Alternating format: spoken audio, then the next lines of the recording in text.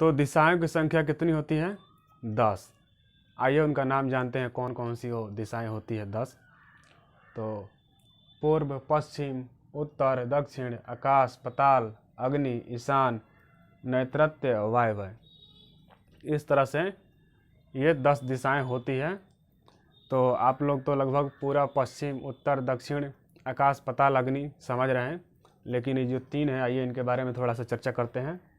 ईशान, ईशान कौन सी दिशा होती है? तो ईशान उत्तर और पूर्व के बीच में जो एंगल बनता है उसको ईशान दिशा बोलते हैं। अब आइए नैऋत्य। तो पश्चिम और दक्षिण के जो बीच में एंगल होता है उसको नैऋत्य बोलेंगे, समझ गए। अब वायव्य, तो पश्चिम और उत्तर के बीच में जो एंगल बनता है उसको वायव्य दिशा बोलते हैं।